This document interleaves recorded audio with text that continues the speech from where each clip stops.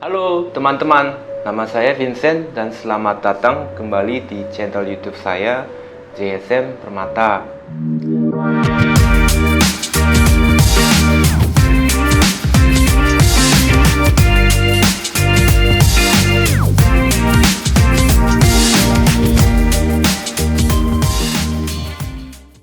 Maaf Pak, apakah Bapak dari Korea Utara atau Korea Selatan?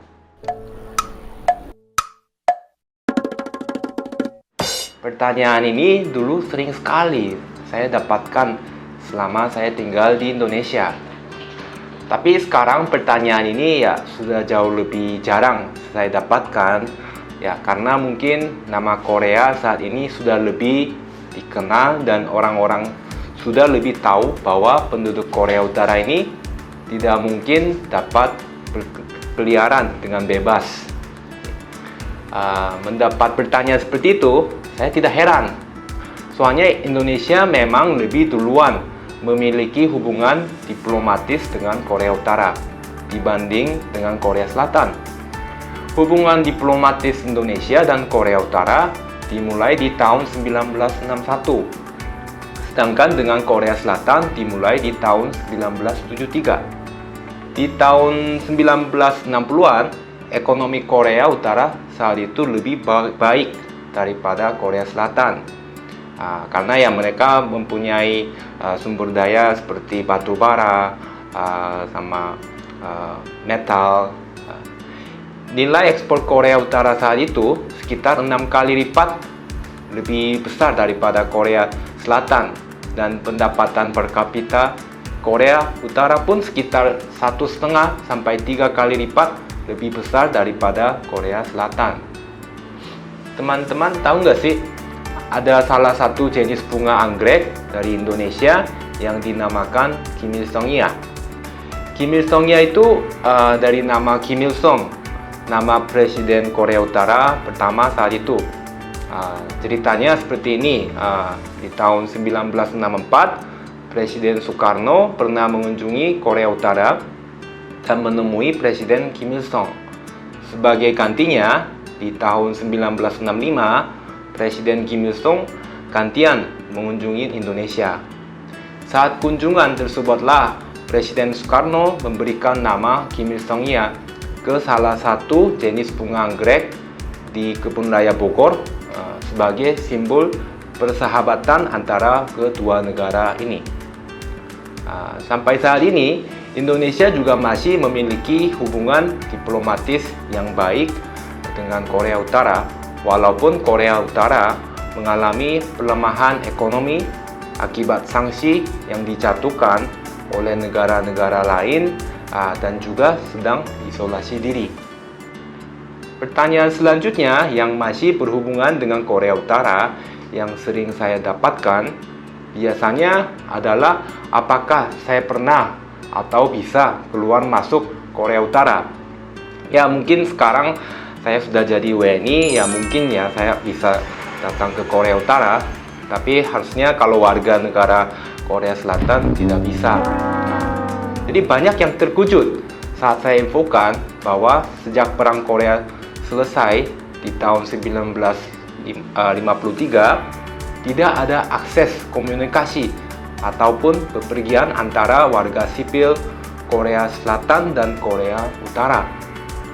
Kadang ada juga yang tanya ke saya, apakah saya punya keluarga di Korea Utara? Ya, jawabannya adalah ya.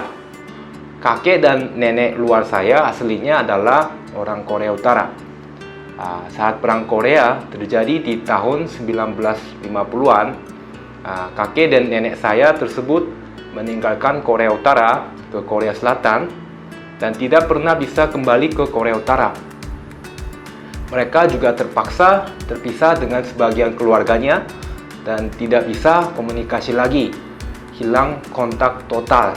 Jadi, misalnya kalau nenek saya sejak 1953 tidak pernah ketemu dengan mamanya, ibunya, dan adiknya.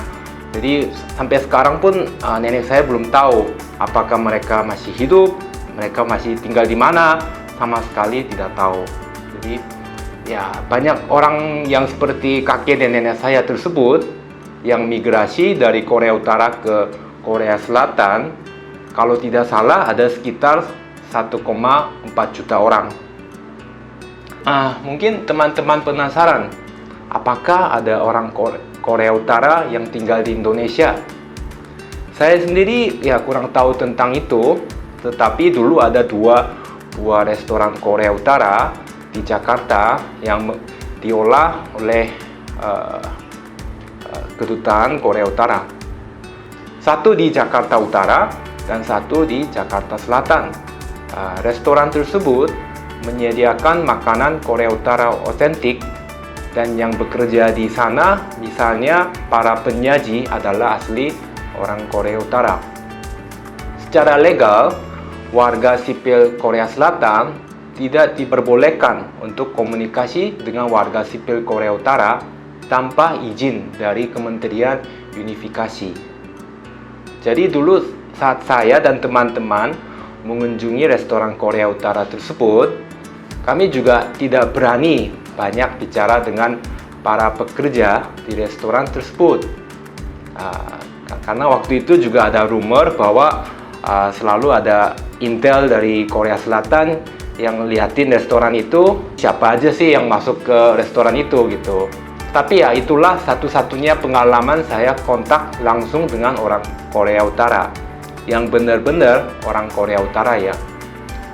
Saya merasa perpecahan Korea menjadi dua bagian ini adalah suatu tragedi.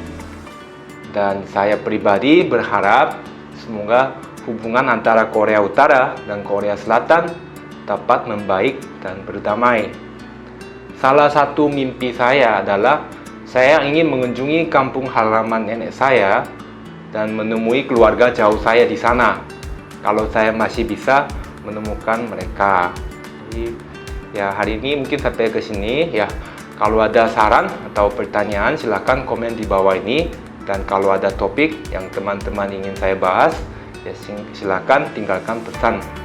Ya terima kasih dan jangan lupa klik like dan subscribe.